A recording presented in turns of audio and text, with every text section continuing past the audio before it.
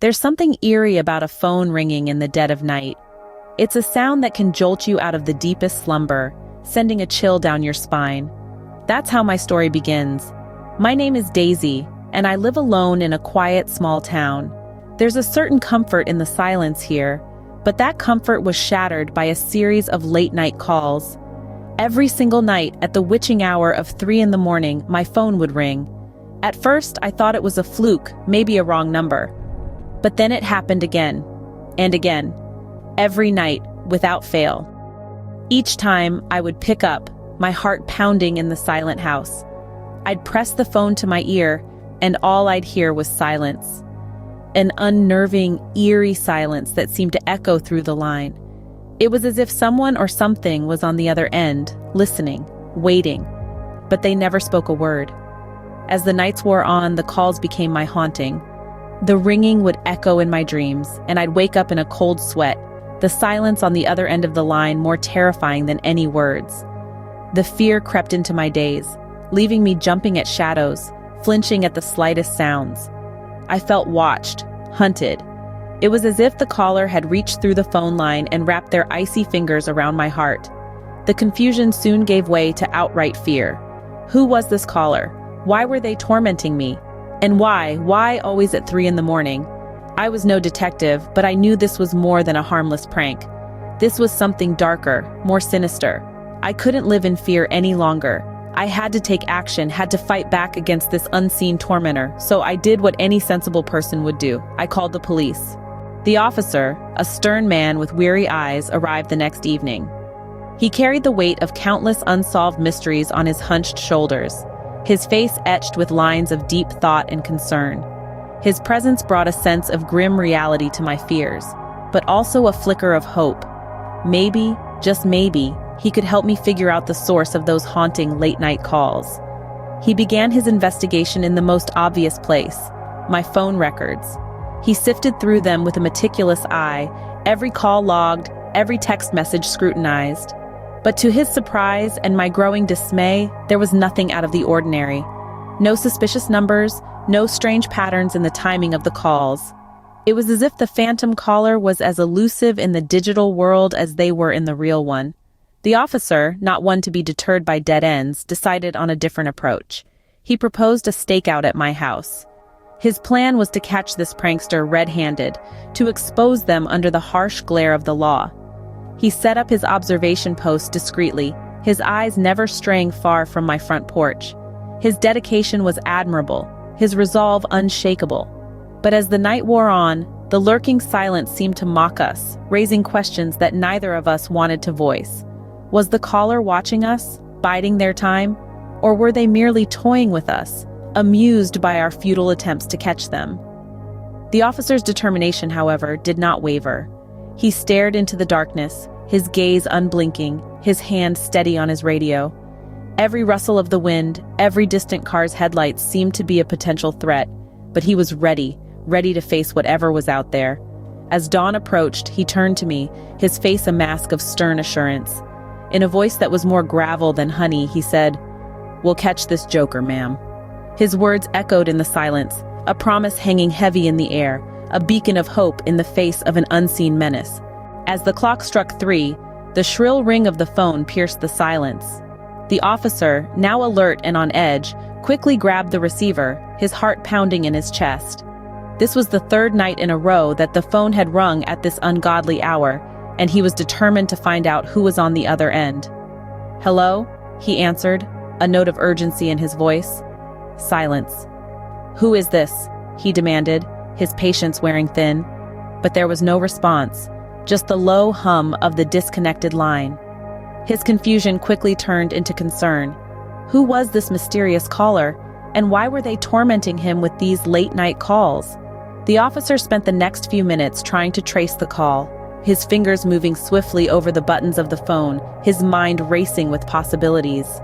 Was it a prankster, a wrong number, or was it something more sinister?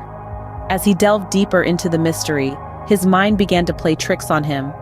The silence of the house seemed to grow louder, the shadows in the corners of the room seemed to grow darker, and the chill in the air seemed to grow colder. He tried to shake off his growing unease, telling himself that he was letting his imagination run wild. But as the minutes ticked by, his concern turned into a gnawing fear. The call was untraceable. It was as if the caller was a ghost, a phantom that existed only in the static-filled void of the phone line. His brow furrowed, his eyes scanning the darkened room as his mind raced with questions. Who was this caller? Why were they calling him? And most importantly, where were they calling from? He felt a shiver run down his spine, the quiet of the house suddenly seeming oppressive and ominous. Something's not right, he whispered to himself, his voice echoing in the stillness. He couldn't shake off the feeling that he was not alone, that he was being watched. But by whom? Or what? His heart pounded in his chest as he stared into the darkness, the silence of the house now shattered by the ringing in his ears. This doesn't make sense, he murmured, his brow furrowed in worry. The officer's next words sent chills down my spine. He was silent for a moment, his face a mask of serious contemplation, before he finally broke the silence.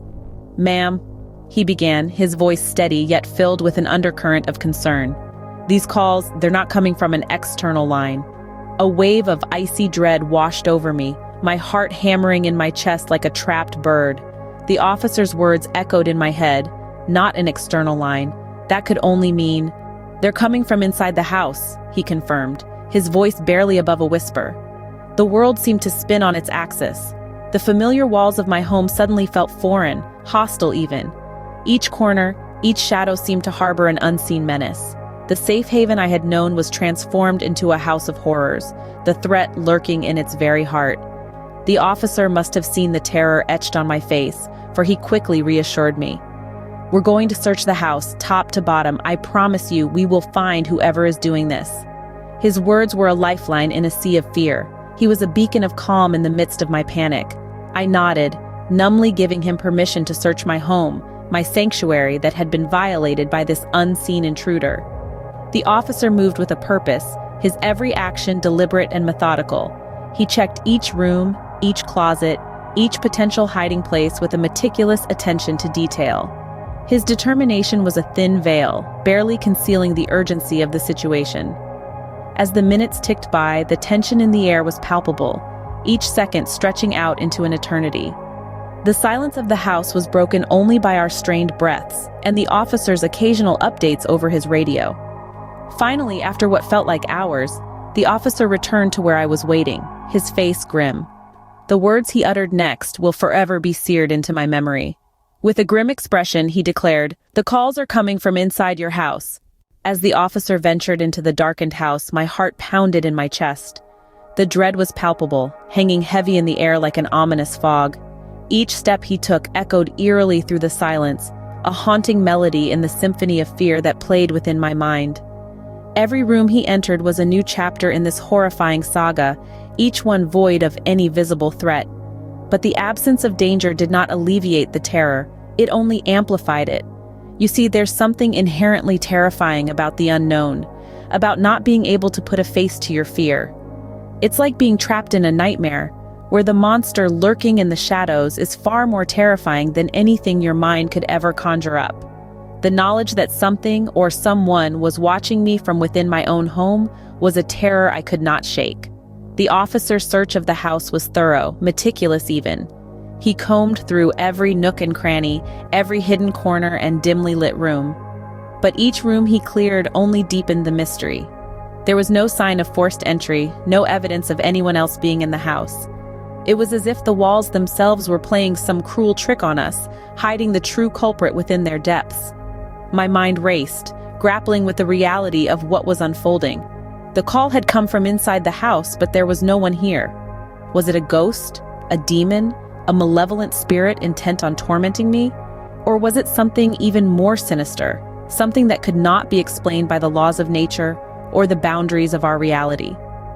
As the officer, now just as perplexed as I was, made his way back towards the front of the house, the familiar dread returned. The feeling of being watched, of being hunted, gripped me once more. The unseen caller was still here, still watching. The terror of the unknown, the fear of what may be lurking in the shadows, was more real than it had ever been. And then, from the darkness, the phone rang again. Y'all, we're wrapping up here, but don't you go anywhere just yet. Show some love, hit that like button. Fancy more content like this? Go on, subscribe and let that bell icon ring so you won't miss a beat. Thanks for tuning in, and remember, sharing is caring. Until next time, stay tuned.